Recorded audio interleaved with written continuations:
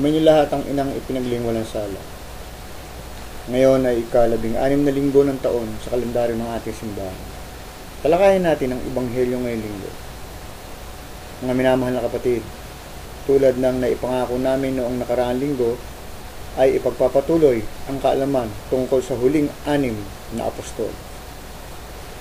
San Felipe, siya ay taga Betsaida, Syria.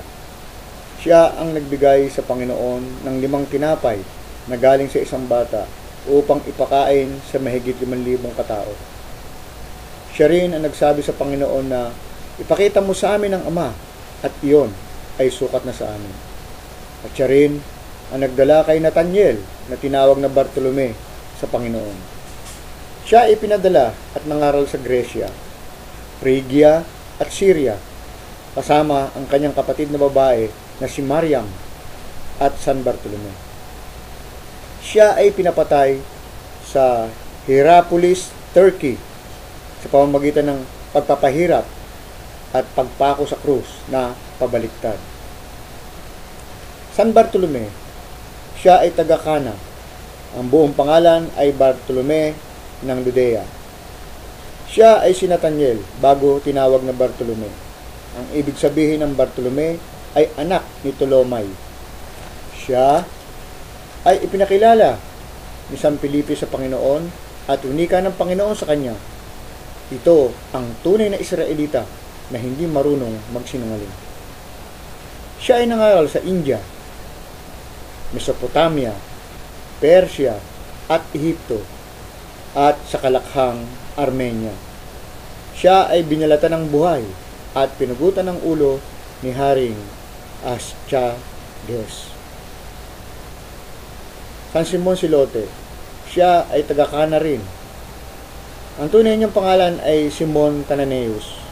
Ang ibig sabihin ng Simon ay nakikinig.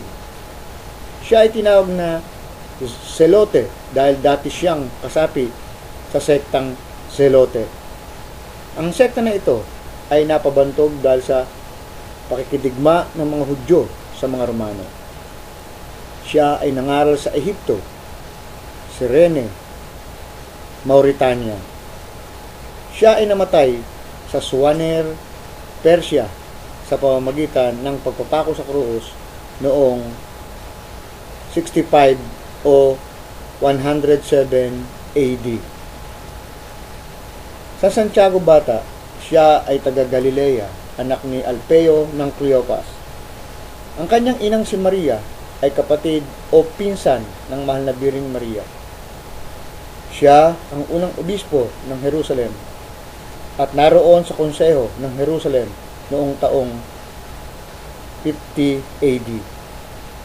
Siya ang Santiago na sumulat ng epistola sa banal na kasulatan noong 60 to 62 AD. Siya ay ipinapatay sa pamamagitan ng pagpapako sa krus habang nangangaral ng Ebanghelyo ng kaligtasan. San Judas Tadeo, siya ay taga Galilea, kapatid ni San Santiago bata. Nangaral sa Judea, Samaria, Idumea, Syria, Mesopotamia at Libya. Siya ay sumulat din ng epistola na nasa banal na kasulatan. Siya ay namatay sa Armenia na noon ay sakop ng Persia. Pinaniniwalaan na pinapatay sa pamamagitan ng palakol noong 65 AD sa Beirut, Syria, kasama ni San Simon Zelote na namatay naman sa pagpapako sa krus. San Matias, siya ay taga Galilea, pumalit kay Judas Iscariote, nagpalaganap ng aral sa Cappadocia at sa mga baybayin ng dagat Caspian. Nanirahan malapit sa Port Isus. Nangaral din sa Judea at Ethiopia. Nangaral ng Ebanghelyo sa mga barbaro at mga taong kumakain ng tao sa kaloob-looban ng Ethiopia, kung saan androon ang pantalan ng Jesus sa bunganga ng ilog Pasis.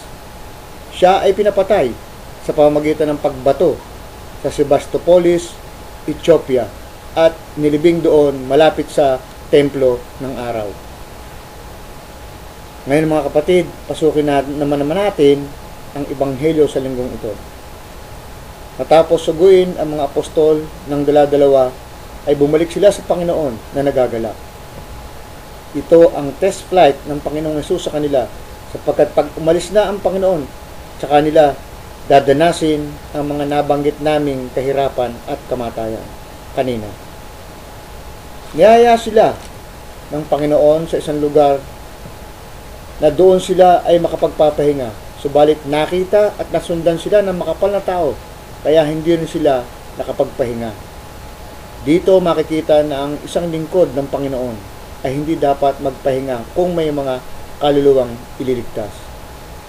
Sana ay ganito rin ang maging attitude ng mga alagad ng simbahan sa panahong ito. At hindi lang sila, lalong higit tayong lahat na naaralan ng Estrella ni David. Sayang ang dinadasal nating magsikap at hindi pahinga ang hanap kung hindi tayo kikilos at gagawa ng kaligtasan ng ating kapwa. Huwag tayong malibang ng kung ano-anong hilig ng pandama at makadaigdig at makalamang mga gawain. Marami na sa mga kapatiran ang kinukuha para sa kabilang buhay. Kailan tayo kikilos mga kapatid? Kung patay na ang kabayo? Mga matatandang kapatiran, tayo ang may aral ng katotohanan. Kapag nawala tayo, sino ang papalit para magpaliwanag ng mga misteryo ng aral na ito? Samahan kami. Hanggang sa muli mga kapatid, kung meron kayong mga katanungan, magmensahe lang dito sa Rosary Savior Facebook.